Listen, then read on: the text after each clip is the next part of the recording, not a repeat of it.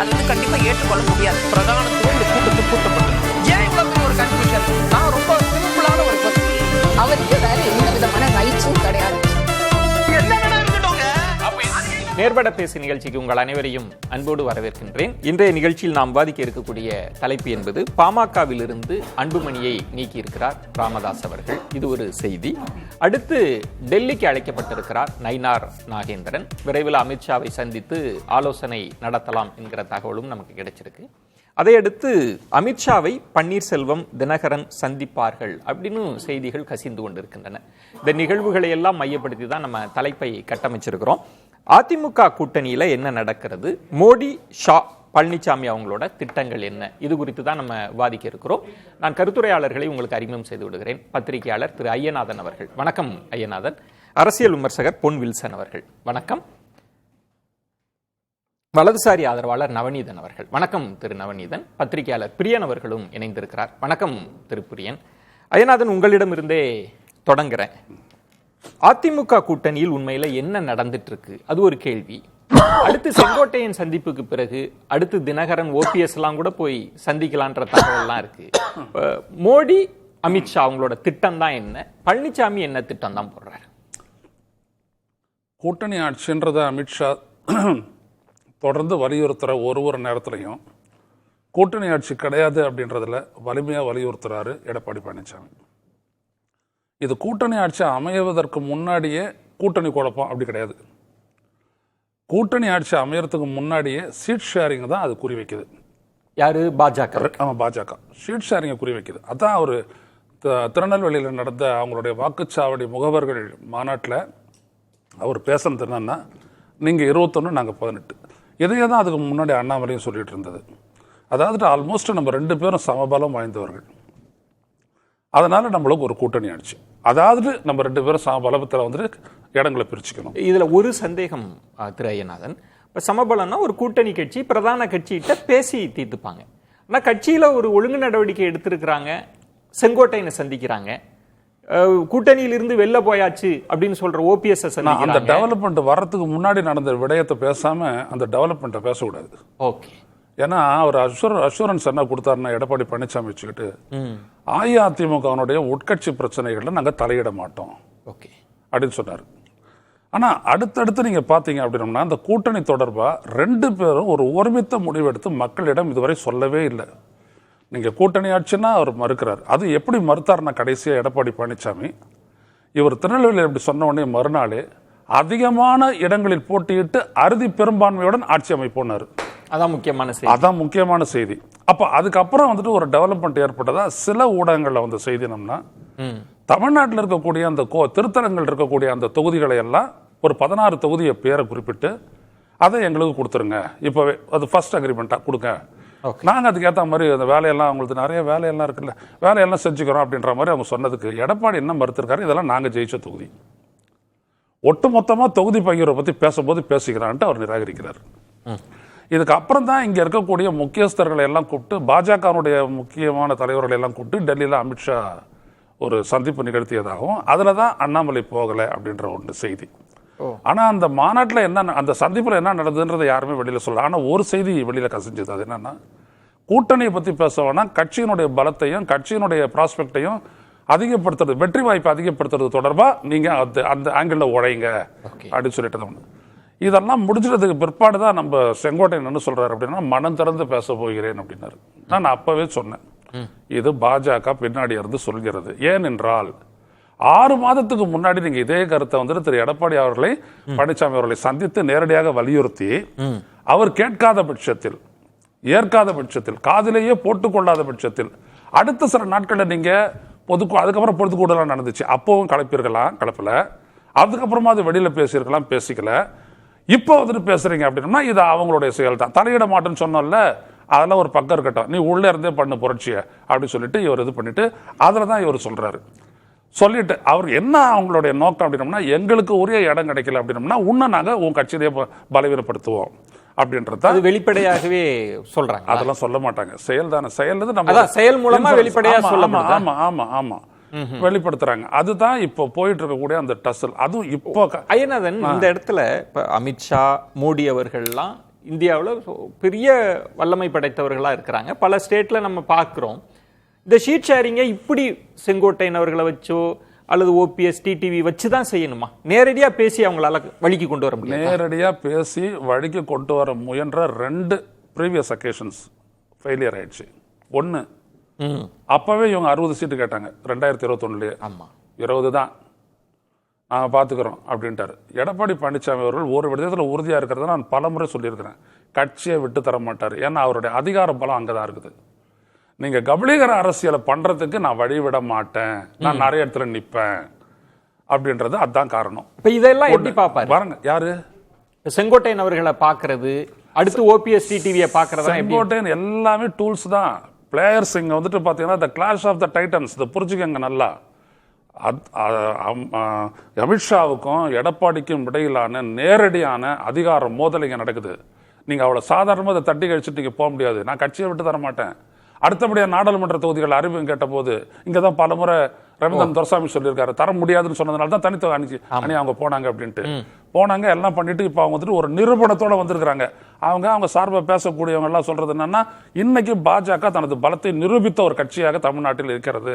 அது தனித்து 11.5, கூட்டணியோட 18.5 அப்படின்னு சொல்லிட்டு இருக்காங்க. ஆனால் எடப்பாடி பழனிசாமியை பொறுத்த வரைக்கும் 21 இல்லை. நாங்க இது அசம்பிளி எலெக்ஷன் ஓகே நாங்க பாக்குறோம். ஆனா அவரு கூட்டணியை எதிர்பார்க்கிறார். கூட்டத்தை பலப்படுத்தணும் அப்படி. இவர்களோட ரோல்லாம் என்னவா இருக்க போகுது? ஓபிஎஸ் டிடிவி செங்கோட்டையன் இவங்களெல்லாம் என்னவா பாஜக உங்கள் பார்வையில் பயன்படுத்த? ஒரே ஒரு விடயம் மட்டும், அண்ணா திராவிட முன்னேற்ற கழகத்தில் மட்டும் இவங்களை எல்லாம் நோ என்ட்ரி, வாய்ப்பே இல்லை. அவர் கொடுக்க மாட்டார். அவர் ஏன்னா அவ்வளவு கஷ்டப்பட்டு அந்த அதிகாரத்தை தக்க வச்சுட்டார். அவர் ஏற்கனவே எம்எல்ஏ இருக்கிறவங்க இன்னைக்கு அவரோட தான் இருக்காங்க. ஏற்கனவே கட்சியினுடைய முக்கிய பொறுப்பாளர் இருந்தவங்க இன்னைக்கு எடப்பாடி பழனிசாமியோட தான் இருக்காங்க. ஆனா அவர் என்ன பண்ணிட்டாரு, இந்த பொதுக்குழு செயற்குழுல வந்துட்டு அவருடைய ஆட்களை போட்டு மற்றவங்களை எல்லாம் நீக்கிட்டாரு.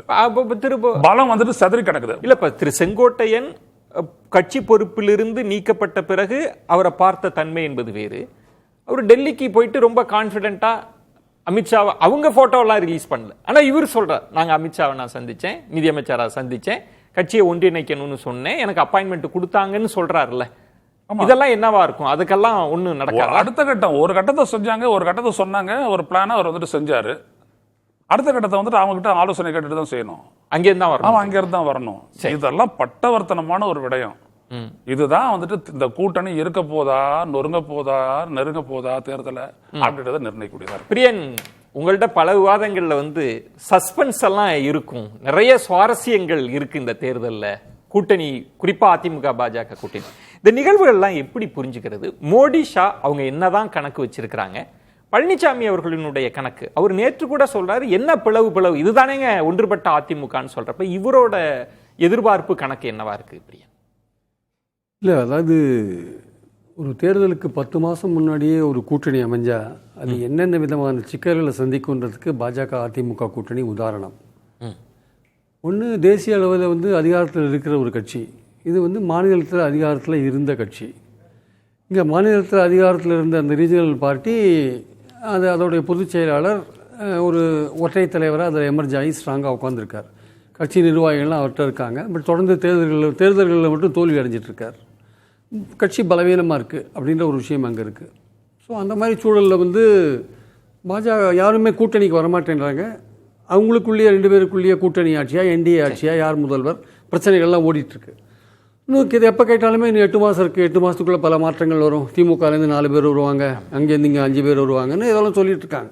மொத்தத்தில் அதிமுக கூட்டணி பாஜக கூட்டணி பலவீனமாக இருக்குன்றது அது உள்ளங்கை நெல்லிக்கனி மாதிரி தெரியுது நமக்கு ஆக்சுவலாக. ஆனால் சில பேருக்கு மட்டும் கண்ணு மறைக்குது, அது வேறு விஷயம். ஸோ அது நமக்கு தெரியுது, உலகத்துக்கே தெரியுது. இப்போ கட்சி தெற்கு எப்படி சைன் ஓட்டு வாங்கினாங்க.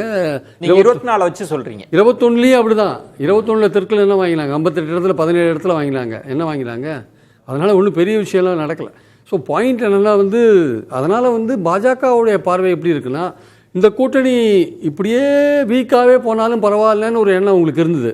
ஆனால் செங்கோட்டையன் விஷயத்துக்கு அப்புறம் இல்லை இதை கொஞ்சம் ஸ்ட்ராங் ஆக்கணும், எடப்பாடியினால் 2 பேரும் வெளில போயிட்டாங்க. ஒன்று ஓபிஎஸ், இன்னொன்று தினகரன். இதே யாரும் உள்ளே வரமாட்டேன்றாங்க. இது என்னடா இது இப்படியே இருக்கே, இது எப்படியாவது பண்ணணுமே, எடப்பாடி ஒரு வழி கொண்டுறணுமேனு செங்கோட்டையனை அவங்க கையில் எடுத்திருக்காங்கன்னு அவங்க தெரியுது. பாஜக செங்கோட்டையன் கையில் எடுத்திருக்காங்க. அவர் கட்சி பதவி ஒற்றுமையை வலியுறுத்தின ஒருத்தரை கட்சி பதவியை பிடுங்கிட்டார். அவர் கட்சி பதவியை பிடுங்கின ஒருத்தரை அவங்க சந்திக்கிறாங்க அப்படின்னா அது என்ன மெசேஜை காமிக்குது? ஆக்சுவலாக அப்படி சந்திச்சது பெரிய ஷாக் இவங்களுக்கு, ஏடிஎம்கேக்கு. ஆனால் அந்த ஷாக்கை வெளில காமிச்சிக்காத என்ன பண்ணுறாங்க, தம்பித்துறை கேளுங்க, அது மாதிரி சந்திச்சாதான் எங்களுக்கு எந்த தகவலும் இல்லை அப்படின்றாரு. நயினார் நாகேந்திரனை கேட்டால் அதை பற்றின விவரமே எனக்கு தெரியல அப்படின்றார். அதாவது ஒரு தேசிய தலைமை யாரை சந்திச்சதுன்ற விஷயம் கூட தமிழ்நாடு தலைவருக்கு தெரியல. அதுவும் தமிழ்நாடு பாலிடிக்ஸ் பற்றி பேசுகிறார் ஒருத்தர். அவர் போயிருக்காரு இங்கேருந்து அதிமுகலேருந்து நீக்க பதவிகள் பிடுங்கப்பட்ட நிலையில் போகிறாரு. சாதாரண தொண்டனுக்கு உடனே அமித்ஷா அப்பாயின்மெண்ட் கிடைக்குது.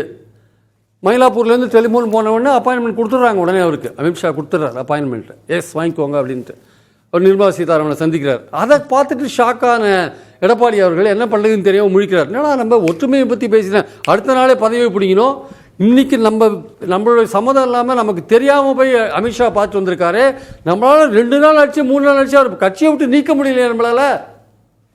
எங்கேயா போச்சு உங்கள் ஏரியாலாம்? இவ்வளோ ஸ்ட்ராங்காக வந்தீங்க, எங்கே போச்சு? எங்கே போயிட்டீங்க? எங்கே போய் ஒழிஞ்சிருக்கீங்க? இல்லை, ஒருவேளை தம்பிதுரை சொன்ன மாதிரி அமித்ஷா அவர் சொல்ற, நானும் அமித்ஷாவை சந்திச்சேன், அமித்ஷா என்கிட்ட சொல்லலை, அவரை சந்திச்சதா சொல்லலையே அப்படிங்கிறாரு. ஒருவேளை அதுக்காக எதிர்பார்த்துட்டு இருக்காங்களா? உறுதியா தெரிஞ்சா இவங்க அங்க இருக்க எல்லா கதவையும் தட்டுறாங்க சார். அமித்ஷா கதவு, நிர்மலா சீதாராமன் கதவு, என்ன நடந்ததுன்னு தெரிஞ்சுக்கிறதுக்காக கதவை தட்டுறாங்க. இவங்களால சரியான விஷயத்தை கேதர் பண்ண முடியல. அதை தெரிஞ்சுட்டு இவர் மேல ஆக்ஷன் எடுக்கலாம் ட்ரை பண்றாங்களா என்னன்னு தெரியாது. ஆனால் இதுவரையும் ஆக்ஷன் எடுக்காம வச்சுக்கோங்க, கட்சியை விட்டு தள்ளி வைக்கலாம் வச்சுக்கோங்க. அப்போ அமித்ஷா கேட்க மாட்டாரா, எங்க என்ன சந்திச்சதுக்காக நீங்க அவரை நீக்கிறீங்களான்னு கேட்டா என்ன பதில் சொல்லுவாங்க? இவங்க பதில் கேட்டாங்கன்னா, நாங்க கட்சி ஒழுங்கு நடவடிக்கை எடுக்கிறவரை கூப்பிட்டு நீங்க எங்க உட்கட்சி பிரச்சனையை பத்தி பேசுவீங்களான்னு இங்கிருந்து ஒரு குரல் போச்சுன்னா, உங்களை நம்பி இருந்தா அந்த கட்சியிலிருந்து எல்லாம் விலைக்கு போயிட்டே இருப்பான், கூட்டணியில இருந்து அதை நாங்கள் பார்த்துட்டு இருக்க முடியுமா? டிடிவி சொல்லிட்டாரு, நீ சீஃப் மினிஸ்டர் வந்தா நான் வரவே மாட்டேன், கூட்டணிக்கே வரமாட்டேன். சீஃப் மினிஸ்டர் நீ இப்போ அடுத்த கேள்வி நீங்க டெல்லிக்கு கூப்பிடுறாரு சொல்றீங்கல்ல, அதுக்கு பதில் டெல்லிக்கு போனா டிடிவி சொல்ற விஷயம் இதுதான். எடப்பாடி சிஎம்மா, ஐயோ வேணாம்பா அவங்க அந்த சைடே நான் வரல, இப்படியே போய்க்கிறேன். சரி, இவருக்கு ஓபிஎஸ்க்கு ஒருங்கிணைப்பாளர் கொடுப்பீங்களா? கொடுக்க மாட்டீங்க. எடப்பாடி ஸ்ட்ராங்காக இருக்கார், கொடுக்க மாட்டார். அப்புறம் அவர் எதுக்கு என்டிஏ சேரணும்? அவர் போட்டி ஒரு இடத்துல கவுத்து விடுவாங்க. அப்ப என்னதான் பண்ண போறாங்க பாஜக தலைமை? பாஜக எடப்பாடியோடைய அந்த ஸ்டைல் ஆஃப் ஃபங்க்ஷனிங் அவங்களுக்கு கட்சியை விட்டு எல்லாம் போயிட்டு இருக்காங்க, கூட்டணி விட்டு போயிட்டு இருக்காங்க, யாரும் சேர மாட்டேங்கிறாங்க சார். பாஜக என்ன பண்ணுவாங்க? அதனாலதான் செங்கோட்டையனை பாக்குறாங்க. அவர் ஒற்றுமைக்காக குரல் கொடுக்கிறாரு, போய் சொல்லிட்டு வர்றாரு. உட்கட்சி பிரச்சனை இல்லையா? அமித்ஷா என்ன வாக்குறுதி கொடுத்தார்? உட்கட்சி பிரச்சனை இல்ல, உட்கூட்டணி பிரச்சனை. உட்கூட்டணி பிரச்சனையாவே it has become like that. Oh, இது உட்கூட்டணி பிரச்சனை. உட்கட்சியில தாண்டி அடுத்த பரிணாமத்துக்கு வந்திருக்கு. அது சரியா?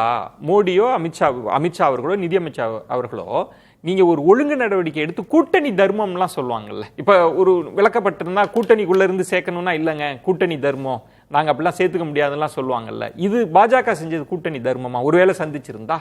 கூட்டணிக்கெல்லாம் தர்மமும் கிடையாது, கொள்கையும் கிடையாதுன்னு எடப்பாடியே சொல்றாரு. எடப்பாடியே என்ன சொல்றாரு? கொள்கையே கிடையாது, கூட்டணிக்கெல்லாம் கொள்கையே கிடையாதுன்றார். என்ன சார், வின் பண்ணணும் அவ்வளவுதானே. வின் பண்ணுறதுக்கான வாய்ப்பை நீங்க இழக்கும் போது கூட்டணியில் இருக்கிற இன்னொரு கட்சி, ஆல் பவர்ஃபுல் கட்சி பார்த்துட்டு சும்மா இருப்பாங்களா? ஆனா இப்போ இபிஎஸ் அவங்க தான் வேண்டான்றாங்களே. நாங்க ஒன்றுபட்டு தான் இருக்கிறோம், வெளியேறியவர்கள் தான், ஒழுங்கு நடவடிக்கை அவங்களுடைய ஸ்டாண்டு. அவங்க வெளியேறினால நீங்க வீக்கா இருக்கீங்கிறது பார்வையில நமக்கு தெரியும். ஒரு கேள்வி பிரியன், நீங்க சொன்ன பார்வையில பிஜேபிக்கு ஒரு ஸ்டாண்ட் இருக்கு. நம்ம என்டிஏ கூட்டணியே பலவீனம் அடைஞ்சிருச்சே, நம்ம 24 வச்சிருந்த கூட்டணியே இல்லை என்ற கவலை இருக்கலாம். இங்க இபிஎஸ் அவர்கள் இல்ல, இங்க கட்சிக்குள்ள வாய்ப்பு கிடையாதுன்னு இவரும் இந்த நிலைப்பாட்டில் இருந்தா என்னதான் நடக்கும் பிரியன்? அப்ப இந்த காட்சிகள் எங்க தான் போய் முடியும்? இந்த காட்சிகளை இதை பற்றி முடிவெடுக்க வேண்டியது தினகரனோ ஓபிஎஸ் தான் முடிவெடுக்கணும். அவங்க தான் முடிவெடுக்கணும். இந்த இந்த பாஜகவை நம்பி இந்த கூட்டணிக்குள்ளே போக முடியுமா? தினகரனை பொறுத்த மட்டும் எடப்பாடி முதல்வர்னு பாஜக ப்ரொஜெக்ட் பண்ணால் தினகரன் ஏற்றுப்பாரா? இன்னைக்கு கூட சொல்லியிருக்காரு, அவர் இப்போ சிஎம் கேண்டிடேட்னா நாங்கள் ஒத்துக்க மாட்டோம்னு சொல்லியிருக்காரு. அவர் சிஎம் கேண்டிடேட்னா ஓபிஎஸ் மட்டும் ஒத்துப்பாரா? அவருக்கு ஒருங்கிணைப்பாளர் போஸ்ட் ஏடிஎம்கேல வாங்கி தருவாங்களா? அப்புறம் எதற்காக இவங்க 2 பேரையும் டெல்லிக்கு அழைக்கிறாங்க? இவங்க 2 பேர்கிட்ட என்ன பேசுவாங்க? இவங்க டெல்லிக்கு போகலாம் சார், அமித்ஷாவை பார்க்கலாம். பட் ஆனால் இவங்க எந்த விதத்திலையும் காம்ப்ரமைஸ் ஆகி அந்த கூட்டணிக்குள்ளே போனால் இவர்களுக்கான எதிர்காலம் அவ்வளோதான்.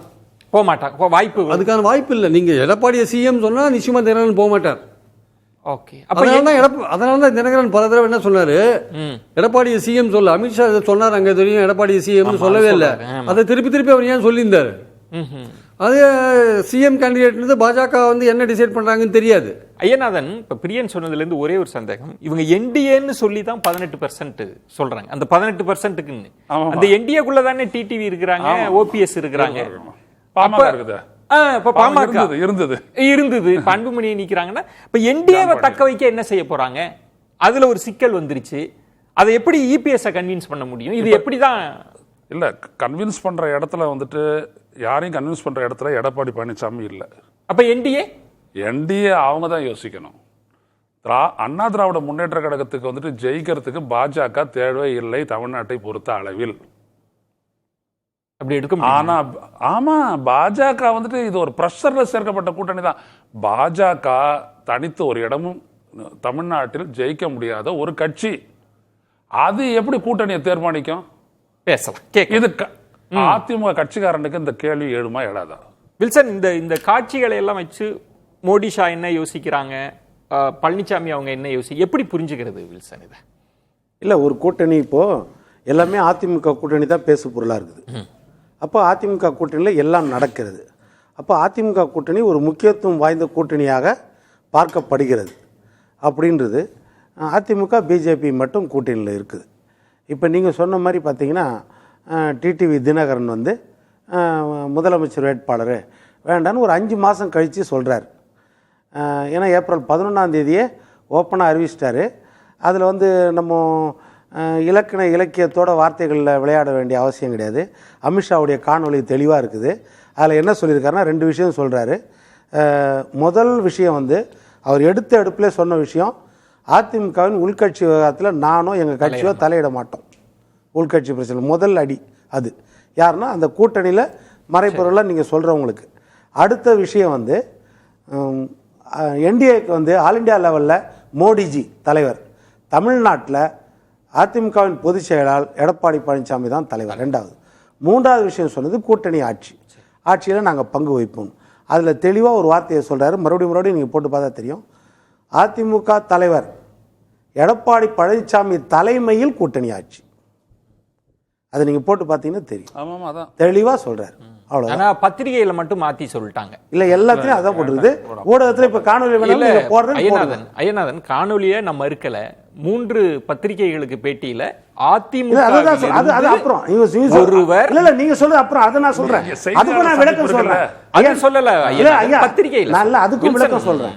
இப்ப இதை நீங்க ஏத்துக்கிறீங்களா? நான் ஏத்துக்கிறேன். நான் மறுக்கவே இல்லை. காணொலி தலைமையில கூட்டணி ஆட்சினா, கூட்டணி ஆட்சின்றது நீங்க அதுல முரண்பாடு இருக்குது இல்லன்னு சொல்ல. ஆனா தலைமை, அப்ப அந்த தலைமை தான் முதலமைச்சர். அதுதான் உட்பொருள். இப்ப நீங்க அதிமுக முதலமைச்சர் கேண்டிடேட் சொல்ல எந்த இடத்துலயும் சொல்லல. ஆமா, முதலமைச்சர் கேண்டிடேட்னு சொல்லிட்டாருன்னு வச்சுக்கோங்க. சப்போஸ் தமிழ்நாடு முதலமைச்சர்னு சொல்ல, அவர் பொதுவா முதலமைச்சர்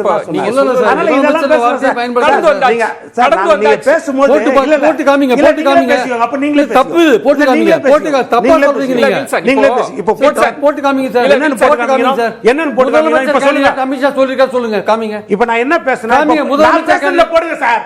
நீங்க மாத்தி மாத்தி பேசுனீங்கன்னா நீங்க அடிமையா இருப்பீங்க. யாருக்குன்னா நான் பேசுறது என்ன சார்? முதலமைச்சர் சொன்னார்.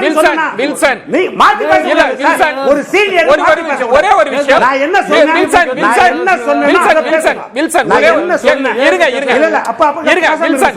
ஒரே ஒரு விஷயம்.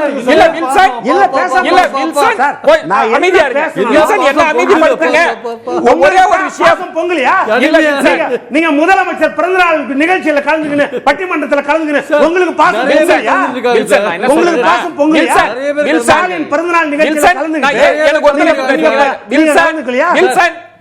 ஒரே ஒரு விஷயம். நான் என்ன சொல்றேன்னா, கருத்தா பேசலாம். நேர்பட பேசு பார்வையாளர்கள் தனிப்பட்ட தாக்குதலை விரும்புறது இல்ல. இப்ப நீங்க தவிர்த்துட்டு வாங்க. இப்ப நீங்க தான சார் சொல்லணும். அப்ப பதில் நான் சொல்லிட்டேன் சார். என்ன பதில் சொன்னீங்க? காமிங்க சார். இப்ப என்ன பேசுறாங்க நீங்க காமிங்க. சரி, காத்துருங்க. அத இல்லாத ஒண்ணு நீங்க காமிங்க. இப்ப நீங்க காமிங்க. இல்லாத ஒண்ணு நீங்க நான் பேசாத ஒண்ணு நீங்க காமிங்க. விஜயன் காமிங்க. ஏடிஎம்கே பேசாத ஒண்ணு விஜயன் காமிங்க. ஒரே பேசாத ஒண்ணு விஜயன் காமிங்க. ஏடிஎம்கே இப்போ நேரம் ஓடிட்டு இருக்கு. நான் என்ன சொல்றேன்னா, நீங்க தெளிவா பாருங்க. நான் முதலமைச்சர் வேட்பாளர்னு சொன்னார்ன்ற வார்த்தையை நான் சொன்னா ஐயநாதன் சார் சொல்லிட்டேன். அதுதான் நடுநிலையா இல்ல பாயிண்ட் சொல்லிட்டோம். அங்க இல்ல நான் சொன்னேனா? அது இல்ல அதுதான் அவரு சொல்றாரு. அதான் இல்ல நான் சொல்லாத இல்லன்னா என்ன சார் அர்த்தம் இவர் பேசுறது? சரி பாயிண்ட் வாங்க. என்ன சார் பேசுறாரு? பாயிண்ட் வாங்க வில்சன். அப்ப என்ன அர்த்தம்? பாயிண்ட் வாங்க வில்சன். நான் தெளிவா சொல்லிட்டேன். சரி வாங்க அடுத்து என்ன சொன்னாருன்றது தெளிவா சொல்லிட்டேனா இல்லையா? இப்ப உள்ள எடப்பாடி தலைமையில் ஆட்சி அப்படினா அது முதலமைச்சர் தானேன்றது நான் சொல்றேன். சரி ரைட் பாயிண்ட். அப்புறம் திருப்பி பேசிந்தாரா என்ன? சரி அடுத்து வாங்க. அப்போ இல்லங்க டிடிவி தப்பா புரிஞ்சிட்டாருங்க சார். இல்லாத ஒண்ணு சார் உங்களுடைய கல்லிக அவரு இல்ல சார். அப்படியே பேசுறது அடிமை. நான் இப்ப நீங்க வந்து சொல்லுங்க. நான் சொன்ன அப்ப அவர் என்ன சொல்றாரு? அவர் சொல்லிட்டு போறாரு. உங்களுக்கு தெரியும் என்ன பேசுறாரு? ஐயா நீங்க மக்கள் கிட்ட இல்ல சார். மக்கள் கிட்ட சொல்லும்போது சார் இது மாதிரி பேசுங்கன்னு சொல்லி அதாவது அமித்ஷா வார்த்தையும் நான் சொல்லல. அதாவது ஜர்னலிஸ்ட் வந்து நானும் அபியூஸ் பண்றேன்னு சொல்லி கொடுத்தாங்க. கொஞ்சம் கோஆபரேட் பண்ணுங்க. நீ சொல்லு ஜர்னலிஸ்ட் வந்து அபியூஸ் பண்றதுக்கு சொல்லி கொடுத்தாங்க சார். அவருக்கு என்ன கஷ்டம்? அவருக்கு ஏன் தைரியம் இல்லையா? வெளிய தூக்க தைரியம் இல்லையா? எல்லாம் கேட்டாரு. சொல்லி கொடுத்தாங்க இப்போ ஆமா இவருக்கு சொல்லி கொடுத்தாங்க. ஜர்னலிஸ்ட் அபியூஸ் பண்றது சொல்லி பிரியன் கொஞ்சம் கோஆபரேட் சொல்லி கொடுத்தாங்க. இப்ப நீங்க சொல்லுங்க. ஐயனாவது நடுநிலையா நீங்க சொல்லுங்க. இப்ப இந்த மாதிரி பேசுறீங்க சொல்லுங்க. நான் அடுத்து வந்து நான் குரலை உயர்த்த வேண்டாம். அதுக்காக அமைதியா இருங்க. சார் ப்ளீஸ் சார் கொஞ்சம் அமைதியா இருங்க. நம்ம எல்லாருமே மதிப்பு கொடுக்க வேண்டியது நம்ம பார்வையாளர்கள். தயவு செய்து அதுக்கு கொடுங்க. வில்சன் இல்ல வேண்டாம். நான் தான் சொல்றேன். அடுத்த வார்த்தைகள் இப்ப நீங்க சொல்லுங்க. பார்வையாளர் பார்த்து விட்டோம். அடுத்த கட்டத்துக்கு நான் வரேன். பார்வையாளர் பார்த்து என்னுடைய தரப்பு நீங்க சொல்றது சொல்லிடுவீங்க. அடுத்த கட்டத்துக்கு வரோம். அடுத்த கட்டத்துக்கு வரோம். திருச்சிட்டா உண்மையாயிடும் நினைச்சுக்கிறேன். இந்த சிரிப்பெல்லாம் எல்லாரும் இந்த மாதிரி சிரிப்பு ரெண்டு பேரும் அமைதியா இருங்க. பிரியன் நீங்க எதை சொன்னாலும் எங்களுக்கு கவலை இல்ல. எங்க மனசுல இருக்கேன்னு சொல்லி தான் தீர்மானம். நாங்க இதெல்லாம் பார்த்து தான் பல வருஷம்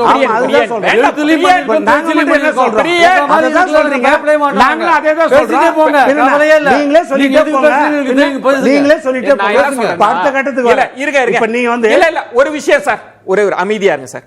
ஒரு செகண்ட் அமைதியா ப்ளீஸ். இப்ப நான் டிபேட் ஆரம்பி வில்சன். இப்போ நம்ம இதெல்லாம் தாண்டி வந்தாச்சு. நிறைய நிகழ்வுகள்லாம் தாண்டி போய் ஒரு பாயிண்ட் என்னன்னா டிடிவி ஓபிஎஸ் அமித்ஷாவை சந்திக்கலான்ற தகவலும் இருக்கு. நீங்க ஒழுங்கு நடவடிக்கை எடுத்த ஒருத்தர் செங்கோட்டையன் அவர்கள் வந்து அமித்ஷாவை சந்திச்சுட்டு வந்திருக்கிறார்ல. இதற்கு பிறகு என்ன? அதுதான் டிபேட் பாயிண்ட். அங்கிருந்து பேசு. கூட்டணினா இது இந்த விஷயங்கள் வந்து முழுசா வந்த பிறகுதான் தெரியும். இப்ப நீங்க டிடிவி விஷயம் சொன்னீங்க, அதுக்கு நான் பதில் சொல்லி ஆகணும். இப்ப டிடிவி வந்து முதலமைச்சர் வந்து இவர் இருக்கக்கூடாதுன்னு சொன்னாருன்னு சொல்லிட்டு தான் அதை தான் சொல்லுது. 5 வருஷம் கழிச்சு தூங்கி எழுந்துச்சு சொல்லியிருக்காருன்னு சொல்றேன். 5 மாசம் கழிச்சு தூங்கி எழுந்துச்சு சொல்லியிருக்காரு அப்படின்றத சொல்றேன். யார் கோவம் வந்தாலும் எனக்கு கவலை இல்லை. அதனால இதை சொல்றேன் நான் தெளிவா. அதே மாதிரி 2021 அவர் கூட்டணிக்குள்ள வந்தா ஜெயிச்சிருக்கலாம். எல்லாரும் சொன்னதா இல்லையா? அமித்ஷா சொன்னார் அட்வைட்டிஸ்னு. அமித்ஷா வந்து தினகரனை உள்ள கூட்டு வரணும்னு சொன்னாரு. எடப்பாடி ஒத்துக்கல. ஓபிஎஸ் சொன்னாரா இல்லையா? அப்ப யார் முதலமைச்சர் வேட்பாளர்? 2021 முதலமைச்சர் வேட்பாளர் யாரு? அப்ப எப்படி டிடிவி தினகரன் உள்ள வருவாரு? இப்பவும் வரமாட்டார். இப்ப நீ அதை சொல்லுங்க. அன்னைக்கு சொல்லலையே.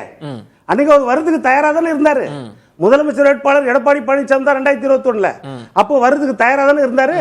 அப்ப முதலமைச்சர் வேட்பாளருக்கு எதிராக கட்சி ஆரம்பிக்கலையா? இப்போ என்ன? அப்போ எடப்பாடிக்கு எதிராக கட்சி ஆரம்பிக்கலையா? பிரச்சனைனா அப்ப என்னன்னா சிக்கல் வந்து என்னன்னா அது இல்ல, ஹிடன் அஜெண்டா வேற இருக்குது. யாருக்கு? இது மட்டும் கிடையாது. அது டிடிவினாலும் சரி ஓபிஎஸ்னாலும் சரி. எப்படி என்ன ஹிடன் அஜெண்டா? அவங்க ஏற்கனவே என்டிஏல இருந்தாங்க. அவங்க வாலண்டியரா புறக்கணிக்கப்பட்டார்கள். பிஜேபி செய்த தவறு.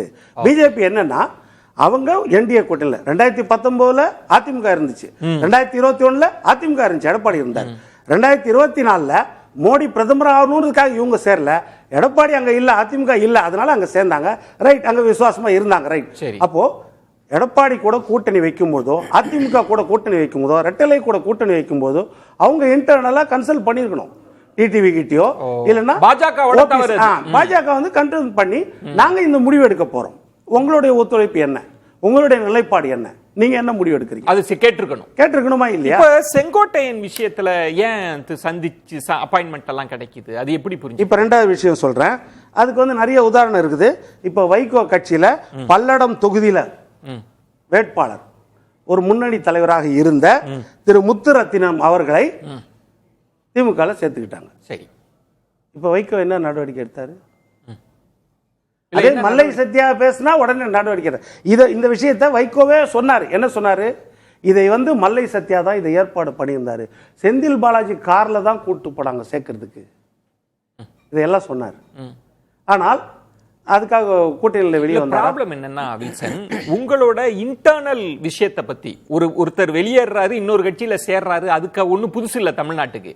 ஆனா நான் போய் அதிமுகவின் ஒருங்கிணைப்பு பத்தி பேசினேன், அதை அவங்க கேட்டாங்கன்னு சொல்றது இருக்குல்ல, அதுக்கு எப்படி அப்பாயின்மெண்ட்? இப்ப ரெண்டாவது விஷயம் சொல்றேன். இப்ப அது வந்து அமித்ஷா வந்து தவறுதான், அதான் நிபந்தனையை மீறாருன்றது உண்மைதான். இப்ப நம்ம மேலோட்டமா பார்க்கும்போது அதுதான் உண்மை. ஏனென்றா அவர் முதல் கண்டிஷனே அதுதான், அதிமுகவோட உள்ளி விவகாரத்தில் தரக்கூடாது. கிட்டத்தட்ட 3 வருடமாக இந்த பிரச்சனைகளுக்கு தான், இந்த ஒரு இழிவான பிரச்சனைகளுக்கு தான் எடப்பாடி பழனிசாமி போராடி கொண்டிருக்கிறார் அந்த கட்சியில அப்படின்னு தெரியும். ஆனா இப்ப என்ன சொல்ல வரேன்னா, இப்போ ஒரு ஏப்ரலுக்கு முன்னாடி தான் செங்கோட்டையனை சந்திச்சாங்க. யார் யார் சந்திச்சா?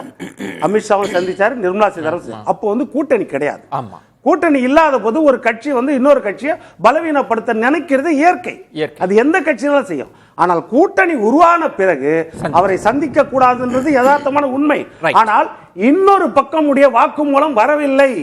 ஒரு நீதிபதி கிட்ட வந்து நின்றாரு, கண்ணில் ரத்தத்தோட, ஒரு கண்ணில் ஒரு குற்றவாளி, ஒரு பாதிக்கப்பட்ட வந்து நிற்கும் போது அந்த மூத்த வக்கீல் எந்திரிச்சு சொல்றாரு, ஐயா அவசரப்பட்டு தீர்ப்பு கொடுக்காதீங்க, இவரால் பாதிக்கப்பட்டவர் 2 கண்களையும் இழந்த நிலையில் வரலாம். சரி, அதனால என்னன்னா இவரோட ஸ்டேட்மெண்ட் கேட்டாச்சு, அமித்ஷா நிர்மலா சீதாராமன் ஸ்டேட்மெண்ட் கேட்கல. ஒரு உள்துறை அமைச்சர் என்ன பதில் சொல்றாரு, என்ன சூழ்நிலை, எதற்காக சந்திச்சார்? ஒருவேளை ரெண்டு ஒரு அதிமுக பாஜக கூட்டணி எல்லாம் இருக்கிறப்ப ஒருத்தர் பகிரங்கமாக வந்து சொல்றார், நான் சந்திச்சேன், இது குறித்து பேசினேன் அப்படின்னு. உண்மையில் அதிமுக அமைதியா இருக்கலாம், கூட்டணி தர்மத்துக்காக கூட இருக்கலாம். ஆனா விளக்க வேண்டாமா? இப்படி ஒரு விஷயம் தமிழ்நாட்டில் போயிட்டு இருக்கு அப்படின்னா, இல்ல நாங்க சந்திக்கல, எங்க பேசுபொருள் இல்ல, செங்கோட்டையன் தப்பா பேசிட்டாருன்னா விளக்கம் வரலையே, ஏன் அமைதி? அந்த இடத்துல தான் நான் வந்து என்ன யோசிக்கிறேன்னா, வேற விஷயங்கள் இருக்குமோ. ஏன்னா ஒருவேளை இவர் போயிருக்கலாம், ஏதாவது சொல்றேன் நான், இது வந்து நம்ம அனுமானத்தில் தான் சொல்றோம். இவர் போயிருக்கலாம், அங்க போயிட்ட பிறகு கேட்டிருக்கலாம் அப்பாயின்மெண்ட், கேட்டு என்ன செய்யலாம், ஒருவேளை மறுக்கப்பட்ட நிலையில கூட, அப்போ முன்னாடி என்ன பகடக்காயா பயன்படுத்தினீங்க, இப்போ என்ன சந்திக்க கூட மாட்டீங்களா அப்படின்ன பிறகு, சந்தித்த பிறகு ஒருவேளை சொல்லி அனுப்பப்பட்டிருக்கலாம், உங்க உள்கட்சி விவகாரத்தில் நாங்க தலையிட மாட்டோம், ஏதோ ஒரு கர்டசி கால், நாங்க அந்த மரியாதைக்காக பார்த்தோம் அப்படின்னு கூட இருக்கலாம், சொல்ல முடியும். ஆனால் அப்படி இல்லாமல் இருந்துச்சுன்னு வச்சுக்கோங்க, அப்படி இல்லாமல் வரம்பு மீறி சந்திச்சிருந்தால் எந்த முடிவு எடுக்கக்கூடிய ஆற்றல், தெம்பு, திராணி வந்து எடப்பாடி பழனிசாமிக்கு இருக்கிறது என்று தான் சொல்ல வரேன் நான். அந்த ஆளுமை மிக்க தலைவர் தான் எடப்பாடி. நவநீதன், இதுல 2 முக்கியமான விஷயம் வில்சன் சொன்ன மாதிரி, பாஜக இந்த விஷயத்துல ஓபிஎஸ் டிடிவிக்கு, ஏன்னா அவங்க என்டிஏக்குள்ள இருக்கிறாங்க, இந்த என்டிஏ வச்சு தான் 18% சொல்லிட்டு இருக்கிறப்ப அவங்கள்ட்ட பேசியிருக்கணும், ஏடிஎம்கே அலைன்ஸுக்கு போறதுக்கு முன்னாடி பேசியிருக்கணும், ஒப்புதல் வாங்கியிருக்கணும். அது நடக்கல, புறக்கணிக்கப்படுறாங்க. அந்த இடத்துல பாஜக மிஸ்டேக் பண்ணிருச்சா? அது ஐயனாதன் அது கால்குலேட்டிவா அதை பண்றாங்களான்ற ஒரு சந்தேகத்தையும் எழுப்புறது. அப்புறம் செங்கோட்டையன் சந்திப்பு அவர் வெளிப்படையா வந்து சொல்றார், நான் இதுதான் சந்திச்சேன், 2 பேருக்கும் அப்பாயின்மெண்ட் கிடைக்குது.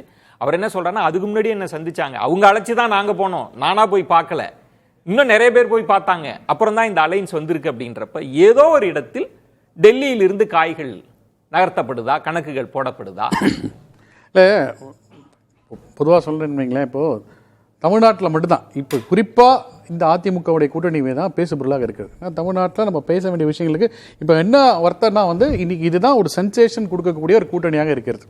மற்ற கூட்டணிலாம் எப்படி இருக்குன்னு யாரும் இப்போ வரி பண்ண போகிறதில்ல, அதெல்லாம் அப்புறம் வரலான்னு விட்டுக்கலாம். இப்போதைக்கு sensation, breaking news, running news கொடுக்கக்கூடிய ஒரு செய்தியாக இருக்கிறது அதிமுக கூட்டணியாக இருக்கிறது. நான் இது ஒரு பெரிய ஒரு சிக்னிஃபிகன்ட் விஷயமா நான் இதை பார்க்கல. ஏன்னா இதே ஒரு சீன் தான் நான் 2024 மகாராஷ்டிராவில் பார்த்தேன். அங்கே ஷிண்டே அவர்களுக்கும் பிஜேபிக்கும் ஷீட் ஷேரிங்கில் பிரச்சனை, கடுமையான பிரச்சனை போச்சு. அப்போ ஃபட்னவிஸ் இருந்தார், அந்த மாநிலத்துடைய பாஜக தலைவரை டெல்லி மேல் வட்டாரம் வர சொன்னாங்க, பேசினாங்க. அப்படி ஸோ அதனால் இதை இங்கே இருக்கக்கூடிய சில பேர் இதை ஊதி ஊதி ஊதி அதிமுக கூட்டணியை வந்து பெசரப்படுத்துறது தான் பார்க்குறாங்க. யாரு?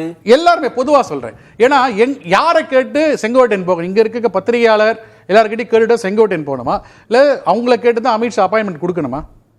இது நீங்கள் வந்து ஒரு யூகத்தின் அடிப்படையில் இப்படி பேசியிருக்கலாம், என்னோட இல்ல, இல்ல நாங்க இந்த மாதிரி பேசுவேன் நவநீதன். இல்ல நாங்க இந்த மாதிரி பார்த்திருக்கோம், நாங்க எங்களுக்கு தெரியும் எல்லாம் யூகத்தின் அடிப்படையில் பேச யூகம் முடியாது. இல்ல, இல்ல நிறைய பேர் பேசக்கூடியது நீங்க இல்ல, அவையில நீங்க சொல்றது ரெண்டு right. இல்ல ரெண்டு பத்திரிகையாளர் நவநீதன். பேசும்போதுமே அவங்க என்னமோ தேர்ட் பார்ட்டி அந்த சீன் ஆஃப் அக்கரன்ஸ்ல இருந்து பேசுற மாதிரி தான் எனக்கு பாயிண்ட் இருக்கு. கரெக்ட். நீங்க உங்க பார்வையை இல்ல எனக்கு என்னன்னா இல்ல சீன் ஆஃப் அக்கரன்ஸ்ல இருந்து நவநீதன் இதுல என்னன்னா இருக்குன்னு சொல்றதும் அனுமானம்னா இல்லன்னு சொல்றதும் அனுமானம் தான். நம்ம எதில இருந்து பேசணும்னா செங்கோட்டையன் பேச்சு தான் இல்ல நமக்கு அது அந்த கிடைச்சிருக்கிற ஸ்டேட்மெண்ட் evidence. இல்ல அந்த ஸ்டேட்மெண்ட் தான் அந்த ஸ்டேட்மெண்ட்ல இருந்தா பேசணும். இல்ல எக்ஸாக்ட்லி. இப்போ ஒரு பொன்வில்சன் சார் ஒன்று சொன்னார், செங்கோட்டையன் இங்க செய்தியாளர் சந்திப்பில் அவர் என்ன சொல்லியிருக்காரு, சந்தித்தேன் அப்படின்னாரு.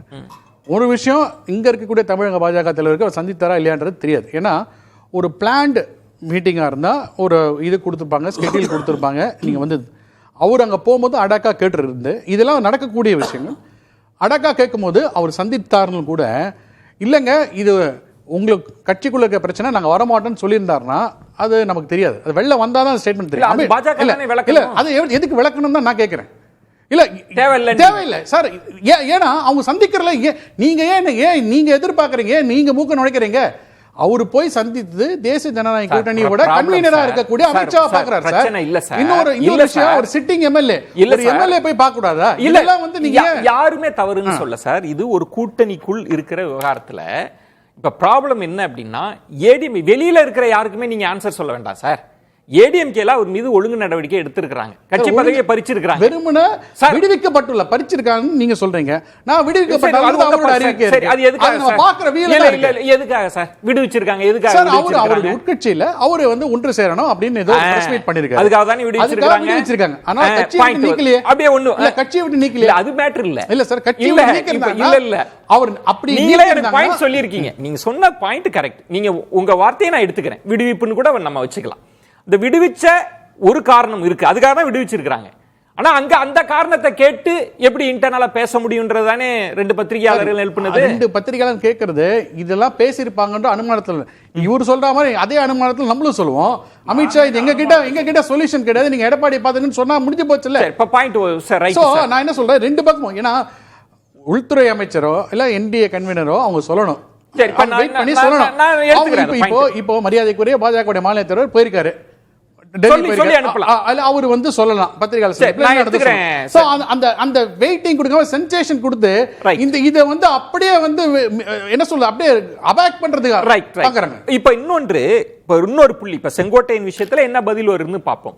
டிடிவி ஓபிஎஸ் விஷயம் இருக்குல்ல, அவங்க என்டிஏல இருந்தாங்க, இந்த 18ன்றதுக்குள்ள அவங்க இருக்காங்கல்ல, அவங்கள ஒழுங்கா பாஜக கையாண்டு இருக்குன்னு நினைக்கிறீங்களா சார்? அதாவது நீங்க இவர் சொன்ன மாதிரி ஒரு கூட்டணி அமைக்கும் போது அதுல ஆல்ரெடி ஒரு முன் அனுபவங்கள் இருக்கு, ஒரு கசப்பு இருக்கிறது.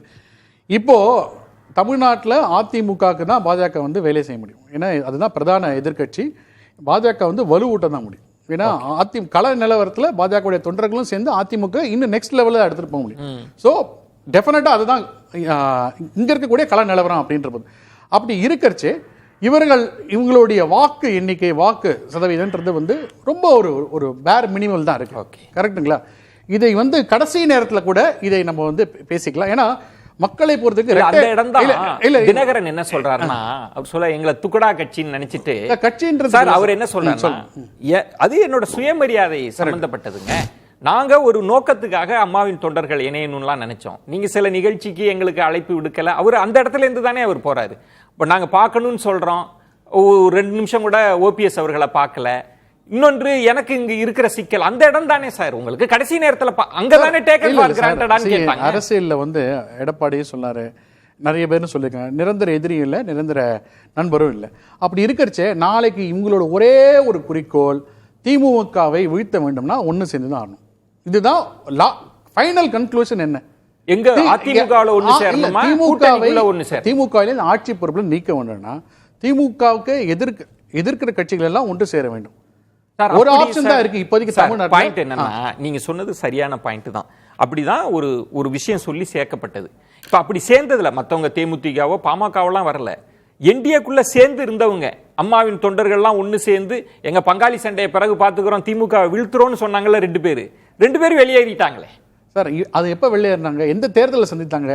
பாராளுமன்ற தேர்தல் சந்தித்தாங்க. சரி, சட்டப்பேரவை தேர்தல் வரும்போது அந்த நரேட்டிவ் மாறும். என்ன நினைக்கிறீங்க? அதுதான் சொல்ல வரேன். இப்போ நீங்க சொல்லக்கூடிய இவங்களுக்கு வந்து ஒரு சிக்கல்கள் தான் இருக்கு. அது பேசி தீர்க்கக்கூடிய விஷயமா இருக்கு. பேசி முடிச்சு. ஆனா நமக்கு இங்க நரேட்டிவ் நமக்கு வந்து எதிர் பிரச்சாரம் தான் இம்பார்ட்டன்ட் இப்போதைக்கு. ஓகே, அதுதான் இப்போ வந்து கையாள. இப்போ பாஜக என்ன நினைக்கும்னு நினைக்கிறீங்க? ஓபிஎஸ்ஓ அல்லது டிடிவியோ அல்லது செங்கோட்டையனோ என்ன கணக்குல இருப்பாங்கன்னு நீங்க நினைக்கிறீங்க, அனுமானிக்கிறீங்க? சார், அதாவது நம்ம ஒரு டிசைட் பண்ணி நம்ம சொல்ல முடியாது. ஓகே, நம்ம ஒரு இது என்னன்னா திமுகவை வீழ்த்த வேண்டும் அப்படின்ற ஒரே ஒரு சிந்தனையா இருந்தா இவங்க எல்லாரும் காம்ப்ரமைஸ் ஆவாங்க ஏதாவது ஒரு இடத்துல. ஏன்னா இப்போ அதாவது ஒரே கொள்கை இல்லாத கட்சிகள் சேர்றாங்க, சேர்ந்து ஒரு கூட்டணி வீழ்த்தணும்னு சொல்லி சேரும்போது இவங்களுக்கு ஒரே சிந்தனை எதை திமுகவை வீழ்த்த வேண்டும் இருக்கிறவங்க சேரக்கூடாதானே.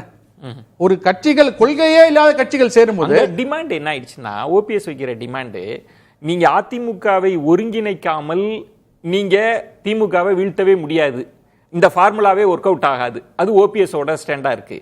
டிடிவி தினகரன் இபிஎஸ் அவர்களை நீங்க முன்னிலைப்படுத்தினா நான் வரவே மாட்டேன், அது என்னோட ஸ்டாண்ட், நான் 21ல என்ன செஞ்சேனோ அதை செய்வேன்றப்ப காம்ப்ரமைஸ் பாயிண்ட் எங்க இருக்கு? காம்ப்ரமைஸ் பாயிண்ட் வரும்.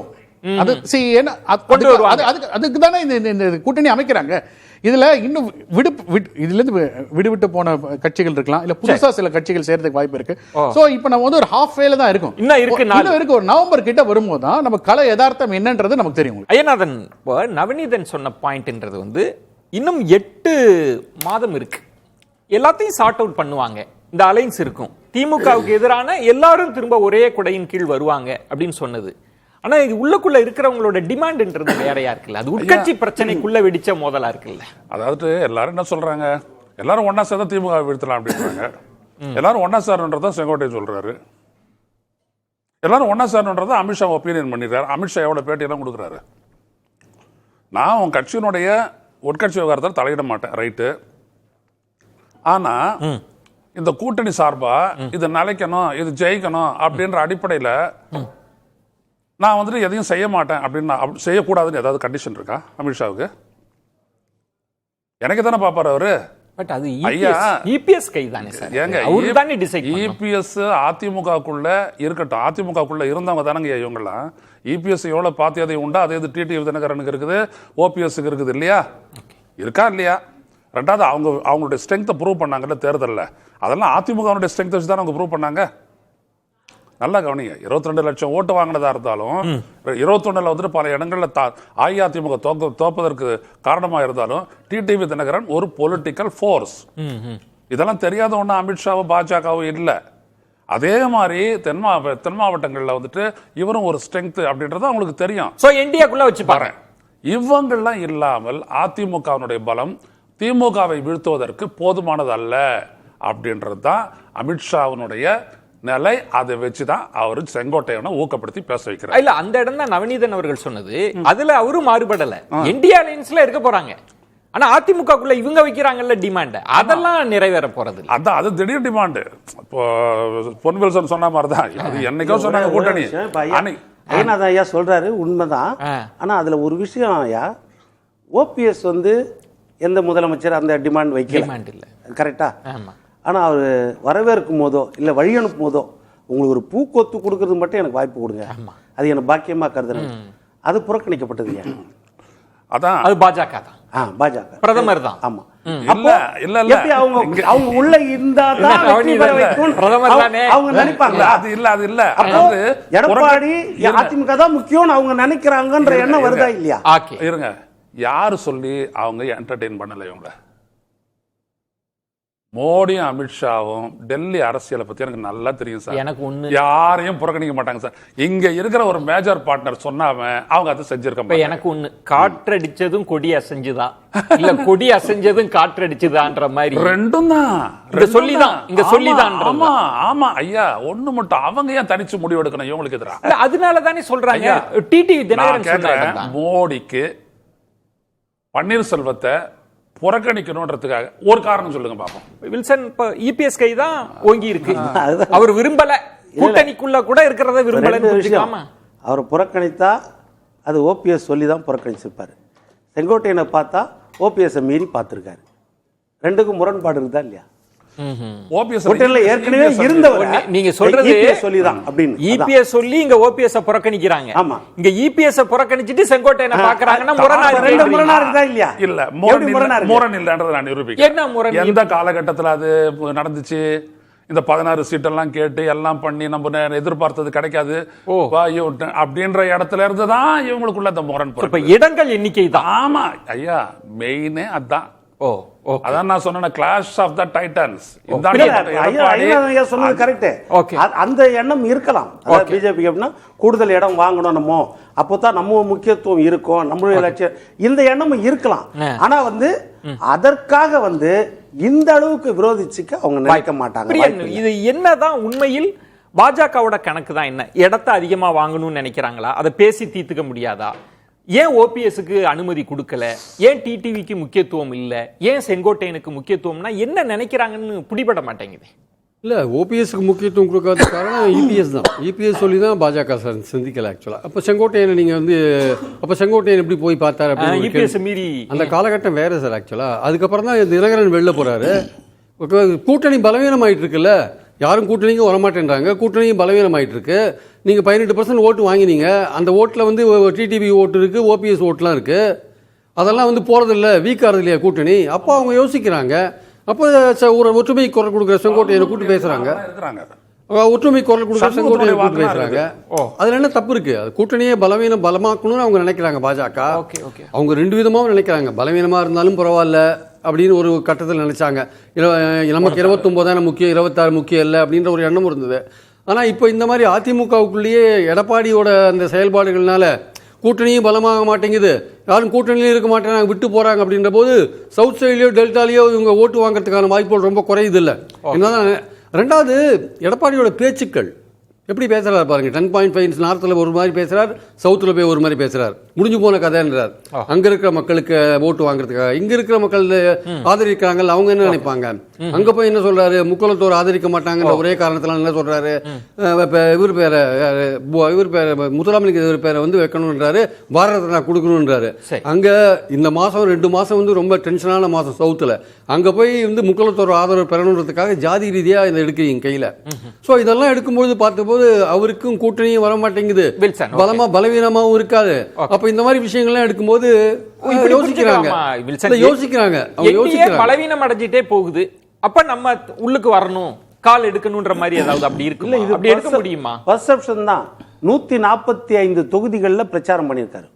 ஒவ்வொரு தொகுதிகளும் அத்திக்கடவு அவிநாசி திட்டம் தொடங்கி நெசவாளர்களுக்கும், மீனவர்களுக்கும், மாணவர்களுக்கும், ஆசிரியர்களுக்கும், மருத்துவர்களுக்கும், அப்புறம் சிறு குறு தொழிற்சாலைகள், கட்டட தொழிலாளர்கள், இத்தனை பேருக்கும் திமுக எவ்வளவு துரோகம் பண்ணியிருக்குது இந்த ஆட்சியில அப்படின்றது மிக தெள்ள தெளிவாக எல்லா இடத்துலையும் பிரச்சாரம் பண்ணிட்டு வர்றார். அப்போ தன்னுடைய ஆட்சியும், தன்னுடைய கட்சியும், தன்னுடைய ஆளுமையும் அவர் நம்புறார்.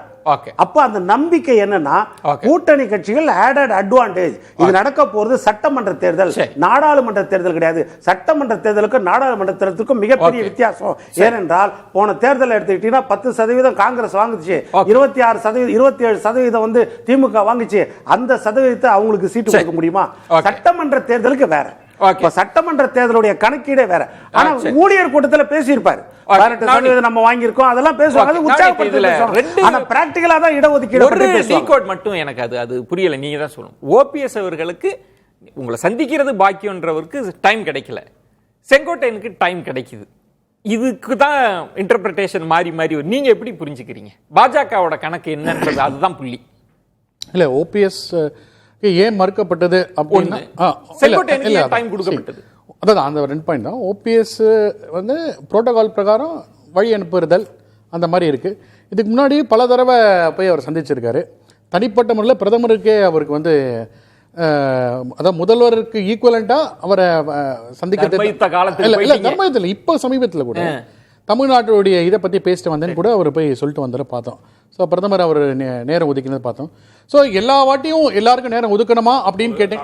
புரோட்டோகால்லாம் வழி அனுப்புற இடத்துல தான், ரூம்ல சந்திக்கிற இடத்துல இல்லை. அதான் சார், அவர் நீங்க சொல்றது பூ கொடுக்கலன்னா புரோட்டோகால் தான் அது. சரி, program அதெல்லாம் இல்ல கிடையாது. இல்ல அச்சா ஏன் எல்லா சார் இதெல்லாம் தலைவருக்கும் சொல்றீங்க? இருக்காங்க. எந்த இடத்துல வரவேற்கிற protocol உடைச்சு சார்? பேசணும்னா இல்ல புரியுது அதான் சார், எல்லாருக்கும் இல்ல கொடுத்திருக்காங்க. இல்ல protocol சார், காரணம் இல்ல.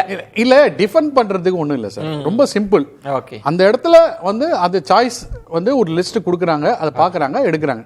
இதுல வந்து நம்ம உள்ள இப்போ நீங்க செங்கோட்டையனை பாக்குறதுக்கு கேட்டீங்கன்னா கூட வெளிப்படையாக செங்கோட்டையன் வந்து நிஜமாவே எந்த அலுவலகத்துல, அமித்ஷாவுடைய அலுவலகத்துல போய் சந்தித்தாரா, அமித்ஷாவுடைய இல்லத்துல சந்தித்தாரா, நிர்மலா சீதாராமன் அலுவலகத்தில் சந்தித்தாரா, இந்த மாதிரி ஒரு வெளிப்படையான ஒரு கிளாரிட்டி வந்தாதான்.